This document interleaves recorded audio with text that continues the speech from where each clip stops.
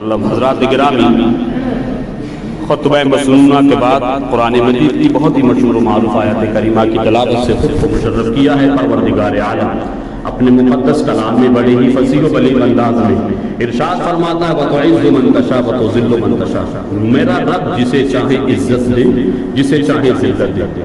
گزشتہ جمعے کو ایک حدیث پاک کی روشنی میں میں نے کچھ بیان کرنے کی کوشش کی تھی، انما الاعمال بالنیات، ہر کام کا دار و مدار نیت کے اوپر ہے۔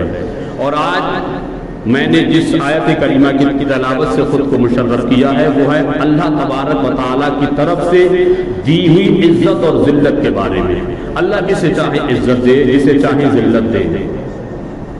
آندھی اور جب طوفان آتے ہیں تو کشتیاں ڈوب جاتی ہیں، آندھی اور جب طوفان آتے ہیں تو کشتیاں ڈوب جاتی ہیں، غرور اور گھمنڈ کرنے والوں کی ہستیاں ڈوب جاتی ہیں، غرور اور گھمنڈ کرنے والوں کی ہستیاں ڈوب جاتی ہیں، اور آندھی طوفان زور کا ہو تو پیڑ بھی ٹوٹ جاتے ہیں، آندھی اور طوفان زور کا ہو تو پیڑ بھی ٹوٹ جاتے ہیں، غرور اور گھمنڈ کرنے والوں کے رشتے بھی ٹوٹ جاتے ہیں، غرور اور گھمنڈ کرنے والوں کے رشتے بھی ٹوٹ جاتے ہیں، اور سرور علم نے پہنچا دیا جنت تک، سرور علم نے پہنچا دیا جنت تک، اور غرور علم نے پہنچا دیا جہنم تک۔ اللہ نے جس کو جو نعمت دی، اللہ نے جس کو جو چیز عطا فرمائی، اگر اس چیز کو حاصل کرنے کے بعد ان بندوں نے اللہ کا شکریہ ادا کیا تو وہ اللہ کی نعمتیں جو بے شمار اللہ نے ان کو عطا فرمائی ہیں، اللہ کی نعمتیں حاصل کرنے کے بعد اللہ کا شکریہ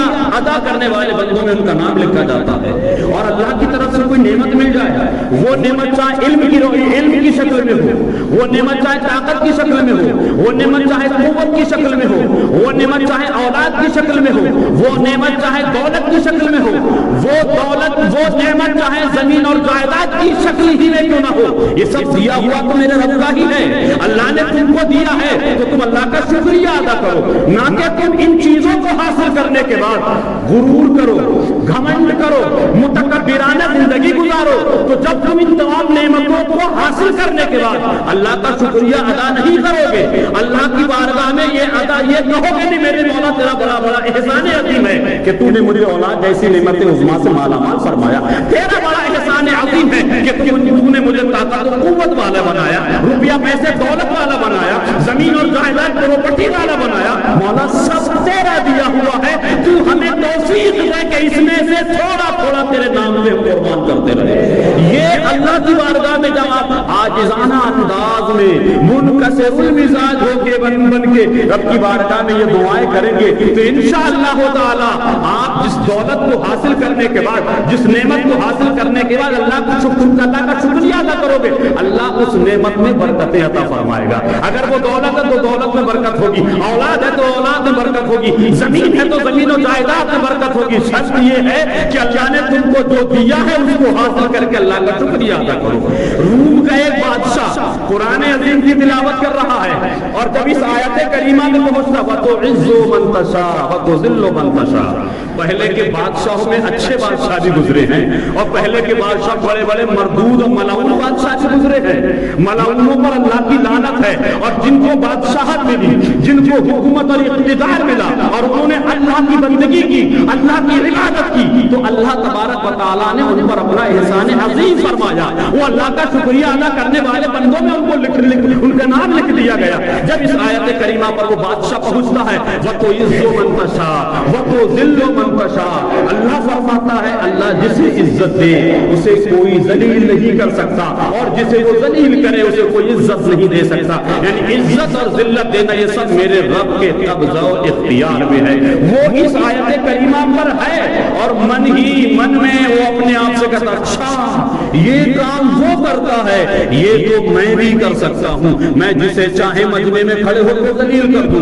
میں جسے چاہے مجمع میں بلا کر کے سینے سے لگا کے اس کی عزتوں میں چار چاند لگا دوں. یہ وہ کیا کر سکتا ہے, یہ وہ کیا کسی کو عزت دے گا, ذلت دے گا؟ یہ کام تو میں خود بھی کر سکتا ہوں, میں بھی عزت دے سکتا ہوں, میں بھی ذلت دے سکتا ہوں. یعنی خدا کے فرمان کو اس نے ہلکے میں لیا. لیکن بادشاہ کی کرسی پر بیٹھا تھا, حکومت اس کے ہاتھ میں تھی, ملک پر اس کا قبضہ تھا, طاقت و قوت والا وہ تھا, حکومت و اقتدار اس کے ہاتھ میں تھی. تو اس کو غرور آ گیا, وہ گھمنڈ میں یہ سب کچھ بول گیا. بولنے کے بعد قرآن عظیم کو بند کیا اور اپنے چند لوگوں سے کہا چلو آج میں شکار کے لیے چلتے ہیں. اب وہ شکار کے لیے پہلے کے بادشاہوں کا ایک مشغلہ رہا کرتا تھا, شکار کے بڑے شوقین ہوا کرتے تھے جانوروں کا, جنگل میں جا کر کے ان کا شکار کرتے تھے, اس کو کھانا اس کو تناول فرما لیا کرتے تھے. یہ بادشاہ اپنے چند وزیروں کے ساتھ میں جنگل کی جانب گھوڑا دوڑا کر کے بڑی تیزی کے ساتھ پہنچا. ایک اس کو سرخ ہرن نظر آیا اور اس سرخ ہرن کے پیچھے اس نے اپنا گھوڑا دوڑا دیا. اس کے ساتھ میں جو تھے انہوں نے کہا بادشاہ سلامت, ہم اپنے ملک کی حد سے باہر جا رہے ہیں, اب ہم دوسرے کے ملک میں جا کر کے یہ کام نہیں کر سکتے ہیں, لہذا کل آئیں گے اس کی دوبارہ اس کو شکار کر لیں گے. اس نے ان کی باتوں پہ غور نہیں کیا. وہ سارے کے سارے اسی ملک میں رہ گئے, اسی شہر میں رہ گئے جس شہر میں اس کی حکومت اور بادشاہت قائم تھی. یہ اس کے پیچھے دوڑتا دوڑتا بھاگتا اس کا پیچھا کرتے کرتے دوسرے شہر میں پہنچ گیا, دوسرے ملک میں پہنچ گیا. اور وہ ذہن میں رکھے وہ تو عزو منتشا وہ تو ذل و منتشا, اور یہ بھی ذہن میں رکھے کہ وہ قرآن پڑھتے پڑھتے یہ کہتا تھا ہاں وہ کیا عزت دے گا, وہ کیا کسی کو ذلیل کرے گا, ذلیل تو میں بھی کر سکتا ہوں, عزت تو میں بھی دے سکتا ہوں. خدا کے فرمان کو اس نے ہلکے میں لیا, دوسرے شہر میں پہنچ گیا ہے, دوسرے ملک میں پہنچ گیا ہے. اب جب دوسرے شہر میں پہنچا ہے تو وہاں ایک خونی ڈاکو کی بہت بری طریقے سے بلا پھیلی ہوئی تھی. ایک خونی ڈاکو اس شہر میں آیا ہوا تھا, وہ لوگوں کو حملہ قتل کر دیا کرتا تھا, لوگوں کا مال چھین لیا کرتا تھا, لوگوں کی جان ختم کر دیا کرتا تھا. یہ خونی ڈاکو کی شکل میں اس شہر کی پولیس اس خونی ڈاکو کو تلاش کر رہی تھی. اس کے ساتھ میں تو پہلے ہی اپنے ملک واپس جا چکے تھے. یہ سرخ ہرن کے چکر میں لالچ میں آ کر کے اس کے پیچھے دوڑتا دوڑتا دوسرے شہر میں پہنچ گیا. اور دوسرے شہر میں ایک خونی ڈاکو کا ظلم بڑا مشہور تھا. ایک خونی ڈاکو کے آتنک بعد سے وہاں کے لوگ بڑے پریشان تھے. وہاں کا جو بادشاہ تھا, وہاں کا جو حاکم اعلیٰ تھا, اس نے کہا پکڑو, کوئی بھی اس طریقے کا رات کے کسی حصے میں پکڑا جائے اس کو فوراً گرفتار کر لو. اس کو گرفتار کر لیا گیا. جو یہ ابھی پڑھ کے گیا تھا, کیا وہ عزت دے گا, کیا وہ کسی کو ذلیل کرے گا, یہ تو کام میں بھی خود کر سکتا ہوں. اب جب اس کو گرفتار کر لیا گیا, اب اس کو پکڑنے کے بعد سپاہیوں نے کہا تم ہی ہو نا جو لوگوں کی جان لے رہے ہو, تم ہی ہو نا جو لوگوں کو لوٹ کر کے مال چھین رہے ہو. وہ کہتا نہیں بھائی میں ایسا آدمی نہیں ہوں, میں تو اپنے شہر کا بادشاہ ہوں, میں تو اپنے شہر کا وزیر اعظم ہوں, میں تو اپنے شہر کا حاکم ہوں, میں بادشاہ ہوں, لہذا آپ مجھے چھوڑ دیجئے. انہوں نے کہا آپ اپنے شہر کے بادشاہ رہے ہوں گے, آپ اپنے ملک کے حاکم رہے ہوں گے, یہاں تو آپ کو خونی ڈاکو کی شکل میں پکڑ لیا گیا ہے, گرفتار کر کے لے گئے. لوگ پناہ مانگ رہے تھے, مائیں دعائیں کرتی تھی مولا ایسا دن لا کہ وہ خونی ڈاکو گرفتار کیا جائے اور اس کو سزا بڑی بری سے بری سزا دی جائے. اس کو گرفتار کر لیا گیا. گرفتار کرنے کے بعد قرآن مجید کا چھٹا پارہ پڑھ لیجئے. اللہ فرماتا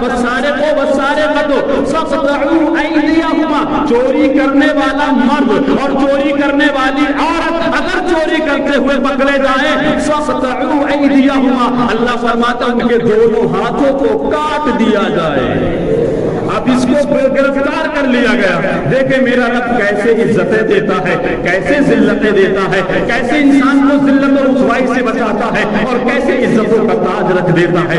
گرفتار کر لیا گیا, اس کے ہاتھوں کو کاٹ دیا گیا, اس کے ہاتھ کٹے ہیں, اوپر سے چھاچر پڑی ہے, بیابان جنگل میں دوڑتا رہتا ہے, دوڑتا رہتا ہے. لوگ اس سے بات کرنا پسند نہیں کرتے ہیں. لوگ کہتے ہیں یہی وہ خونی ڈاکو ہے جس کو گرفتار کیا گیا ہے, جس کے ہاتھوں کو کاٹ دیا گیا ہے. یعنی کٹے ہوئے ہاتھ دیکھنے کے بعد کسی کو یہ پوچھنے کی ضرورت نہیں پڑتی تھی کہ یہ کون ہے, کیونکہ اس زمانے میں جو لوگ چوریاں کرتے تھے ان کے ہاتھ کاٹ دیے جاتے تھے اور کٹے ہوئے ہاتھ والے کو دیکھ کے لوگ سمجھ جاتے تھے اس کو اسلامک رولنگ کے حساب سے سزا مل چکی ہے.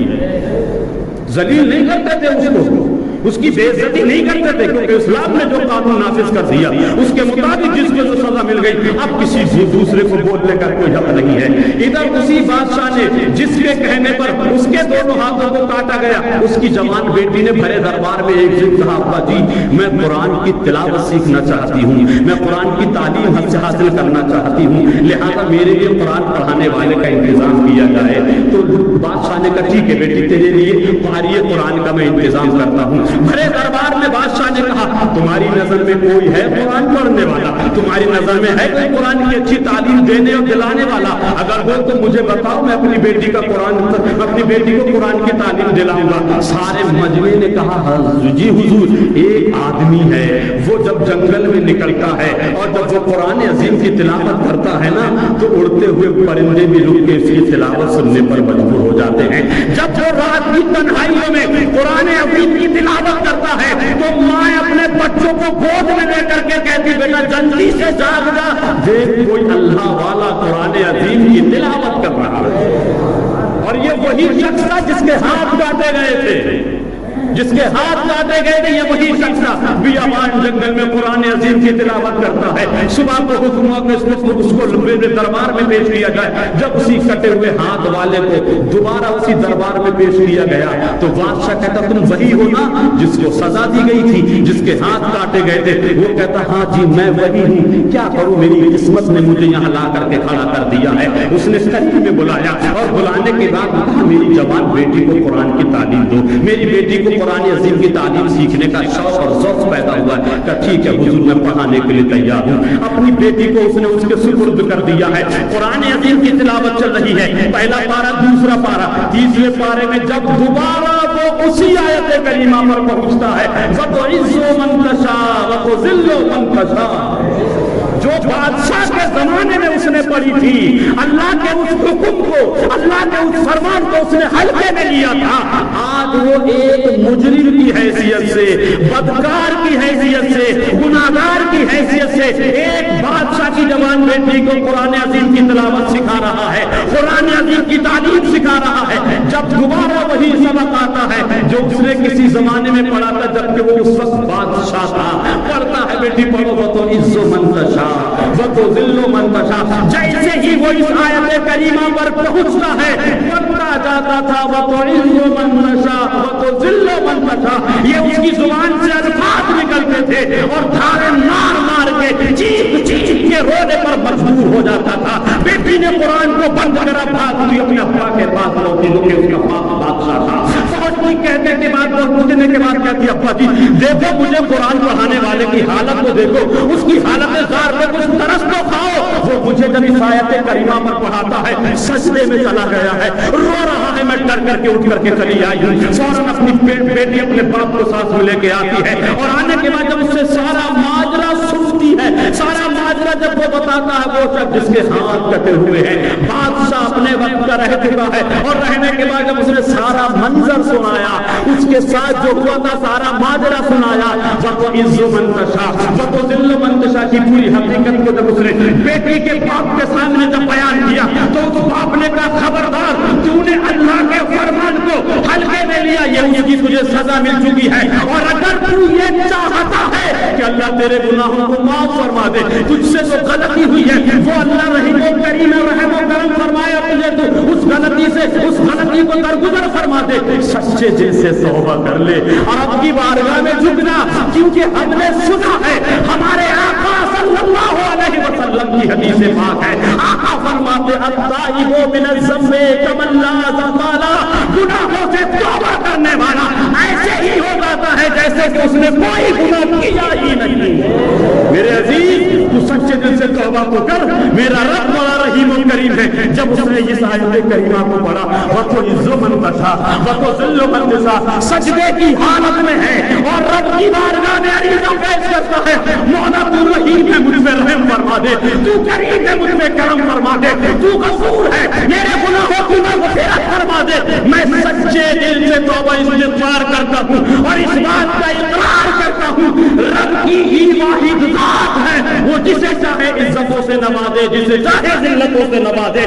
میں مانتا ہوں کہ اللہ نے جس کے سر پر عزت کا تاج رکھ دیا، دنیا دنیا کی کوئی حکومت اس کو ذلیل نہیں کر سکتی، اور اللہ نے جس کے سر پر ذلتوں کا تاج رکھ دیا دنیا کی کوئی طاقت اس کو عزیز نہیں کر سکتی۔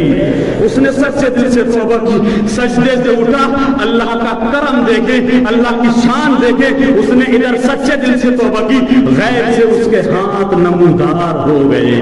جب اس کے ہاتھ نمودار ہو گئے، جو کٹ چکے تھے، جو اس کے بچھانا بچھانا سے جا چکے تھے، پھر دوبارہ سجدے میں گر جاتا ہے اور عرض کرتا مولا واقعی میں بے شک تو رحیم ہے، تو کریم ہے، لوگوں سے سنا تھا میں نے دیکھ لیا کہ تو نے مجھ میں رحم و کرم کی بارش فرمائی۔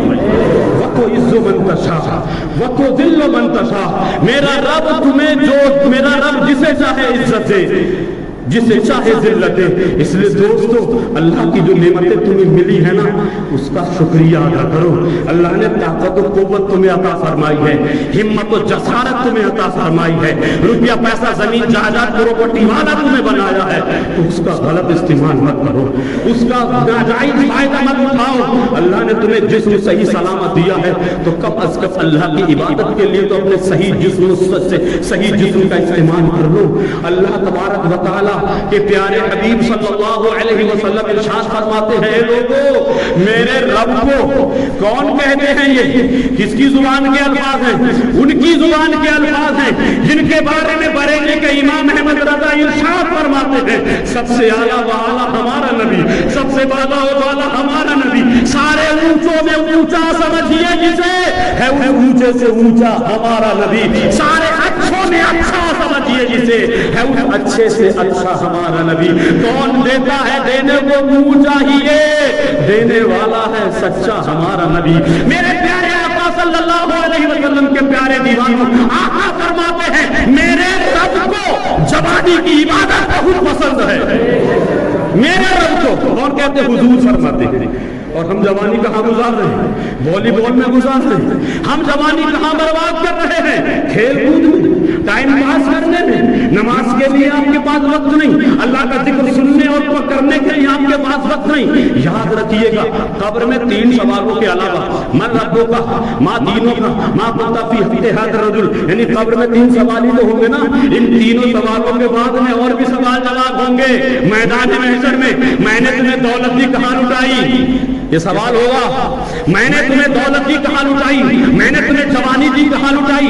اتنا لمبا تمہیں زندگی کا انمول تحفہ قیمت عطا فرمائی، تم نے کہاں لٹائی؟ اب جب تم نے جوانی کھیل کود میں اڑائی ہوگی، دولت کو حرام کاری میں لٹایا ہوگا، تو یہ جوانی اور یہ دولت تمہیں جہنم میں لے جانے کے لیے کافی ہے، یہ تمہیں تباہ کر دے گی، برباد کر دے گی۔ حضور کہتے ہیں کہ میرا رب فرماتا ہے مجھے میرے اپنے بندوں کی جو عبادت ہے نا، جوانی میں مجھے عبادت بڑی پسند ہے۔ کون کہتے ہیں؟ حضور کہتے ہیں میرے رب کو جوانی کی عبادت بہت پسند ہے۔ اور آقا فرماتے ہیں میرا رب یہ بھی ارشاد فرماتا ہے، آقا فرماتے ہیں کہ گرمی کے روزے میرے رب کو بہت پسند ہے، گرمی کے روزے میرے رب کو بہت پسند ہے، جوانی کی عبادت میرے رب کو بہت پسند ہے، سردی کا وضو میرے رب کو بہت پسند ہے۔ اس لیے میرے بھائیوں، بزرگوں، نوجوان ساتھیوں، بڑے ادب کے ساتھ گزارش کروں گا اللہ نے تمہیں جو نعمتیں دی ہیں ان پہ غرور مت کرو، ان پہ گھمنڈ مت کرو، جو دیا اس کا شکریہ ادا کرو، اور اپنے آپ کو دکان، کاروبار، کھیتی باڑی کے علاوہ اس کے ساتھ ساتھ نمازوں کو ان کے مقررہ وقتوں پر ادا کرو۔ اسی میں میری اور تمہاری بھلائی اور کامیابی ہے۔ پروردگار عالم کی مقدس بارگاہ میں دعا ہے کہ پروردگار عالم ہمیں اور آپ کو، تمام عالم اسلام کے خوش عقیدہ مسلمانوں کو حضور صلی اللہ تعالی علیہ وسلم کے صدقے میں اسلام کے اصول و قواعد پر سختی سے عمل کرنے کی ہمت اور توفیق نصیب فرمائے۔ نوجوانوں سے خاص کر کے گزارش ہے، نوجوانوں اسلام کی طرف آ جاؤ، تم اسلام کا آنے والا مستقبل ہو، تم اسلام کا آنے والا بھوش ہو۔ آج اگر تم اسلام کو نہیں سمجھ پاؤ گے، آج اگر تم اسلام کی راہ پر نہیں آ جاؤ گے تو یاد رکھو پوری دنیا کا جائزہ دیکھ لو، سوشل میڈیا کے ذریعے دیکھ لو، پوری دنیا کا کچھ ایک پلیٹ فارم پہ جمع ہو کے ہمیں تمہیں مٹانے کی کوشش میں لگا ہے۔ یہ تو رب کا کرم ہے کہ فانوس بن کے جس کی حفاظت ہوا کرے وہ شمع کیا بجھے جسے روشن خدا کرے۔ آؤ دلوں میں خدا کا خوف پیدا کرو، موت کے تصور میں زندگی گزارو۔ اللہ تعالیٰ سے دعا ہے کہ اللہ ہمیں اور آپ کو، تمام عالم اسلام کے پرسکیدہ مسلمانوں کو نماز پنجگانہ جماعت کے ساتھ ادا کرنے کی ہمت اور توفیق نصیب فرمائے۔ استغفر اللہ ربی من کل ذنب واتوب الیہ۔ السلام علیکم ورحمۃ اللہ۔